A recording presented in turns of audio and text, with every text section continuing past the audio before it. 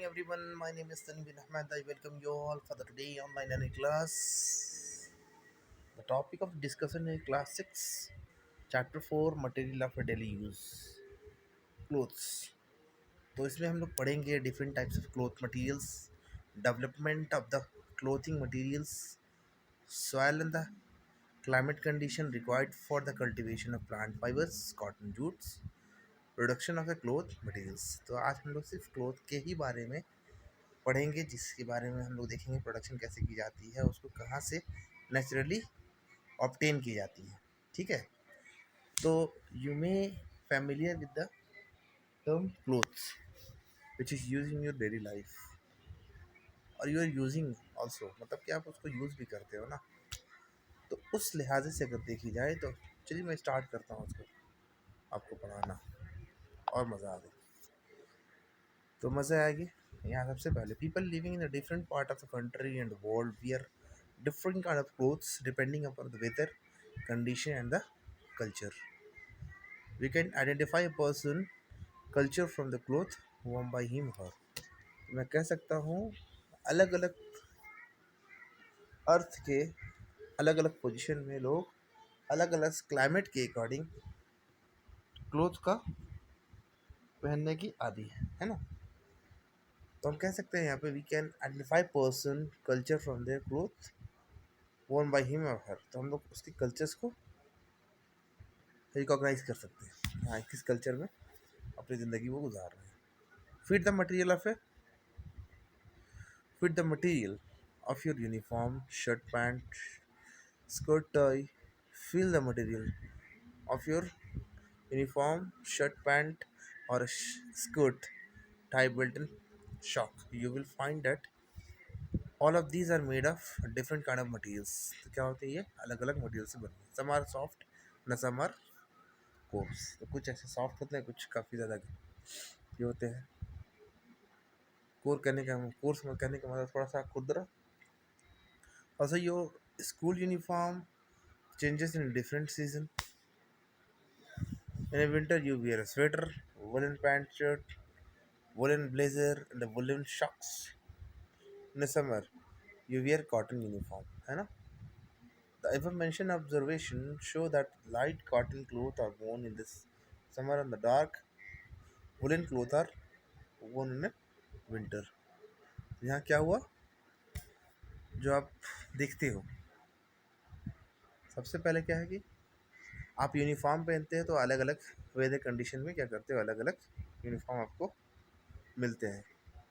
ठंडे में क्या पहनेगा, वुलन क्लोज वुलन ब्लेज़र पहनते हो, वुलन शॉक्स पहनते हो, वुलन स्कर्ट्स पहनते हो ना। The above mentioned observation show that the light cotton cloth are worn in a summer and the dark woolen cloth are worn in a winter। तो आप light जो वुलन होगा वो किस में पहनोगे, आप गर्मी में पहनेगा, और जो डार्क वाली होती है वो डार्क क्लोथ जो होती है वो क्या, डार्क वुलन क्लोथ आप कहाँ पे पहनते हो, विंटर में पहनते हैं आप।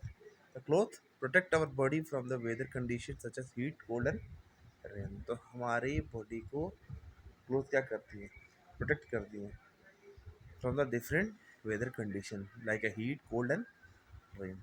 Further further moving to the next part, तो हम देखेंगे, कोशिश करेंगे इसको समझने की, है ना। Notice the different in the material of a different the material of a different various cloth fiber around yourself. You will find the seat cover of a car or a bus are made up of a sturdy fiber, whereas the fabric used in your dress are soft।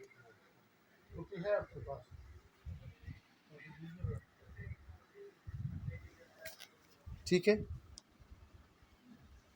इतनी बातें तो समझ में आ गई होगी आपको। History of clothing: in the ancient time, people used to cover their body with the bark and their leaf of trees। तो जो ट्रीज का पहले ज़माने में क्या था, पहले आदमी जो यूज़ करते थे वो जो होते हैं ना, पेड़ के छिलके, उनके ट्रंक के या फिर पत्ते, उसका यूज़ किया करते थे अपने स्किन को ढकने के लिए। और एनिमल स्किन और a fur, people use to just wrap them around various part of the body in the different way. ठीक है, तो as you can see right here, इस तरह से यहाँ पे पहने हैं लोग, है ना. After people begin to settle down in their different community, and with the development of the agriculture, they learn to wear pinks and grasses into mats, learn to weave pinks and the grasses into mats, basket and other utility items. जैसे जैसे क्या हुआ, ज़माना बदला, लोग technology को adopt किए, तो उन्होंने सीखा, कपड़ों को बुनने का तरीका सीखा, घासों को मैट बनाना सीखा, ठीक है ना, बास्केट्स बनाना सीखा. They also use to twist vines, climbing plant an animal fleece, wool, coat of animal और a hair into a long strand. ठीक है, तो बहुत सारी चीज़ें उन्होंने, और भी एनिमल्स फ्लीस जो मिलती है नेचुरल नेचर से, उनको कन्वर्ट करना सीखा. डिफरेंट डिफरेंट मतलब कि उसको जो आपके वियरिंग के लायक हो उसको बनाना सीखा. This long stand were then woven into fabrics, जिनको फैब्रिक्स में कन्वर्ट किया गया. In India cotton was grown nearly the river Ganga during Harappan period. Harappan period में क्या होता है, कॉटन जो आपके गंगा के करीब में होते थे, as early in the 225 BC में थे, before Christ. These are evidence showing flax, linen plant that give fibre, जो कि आप एविडेंस बताते हैं, मतलब प्रूफ बताती है ये कि वो प्लांट क्या देती थी, फाइबर देती थी, which were use in Egypt 7,000 year ago. In ancient Egypt, cotton and flax were grown near the river Nile and were used for making clothes. तो वहाँ पे 7,000 साल पहले इजिप्ट में कॉटन और फ्लैक्स को ग्रो किया जाता था, ठीक है ना, रिवर नाइल के करीब. At that time stitching was not known to the people. People के लिए स्टिचिंग जो था वो काफ़ी फेमस नहीं था, वो, और वो जानते भी नहीं थे इसके बारे में. They simply use to drag a big piece of cloth around them. तो बड़े बड़े क्लोथ्स को वैसे ही वो ढक लेते थे, है ना. This is how sari worn by women originated in India.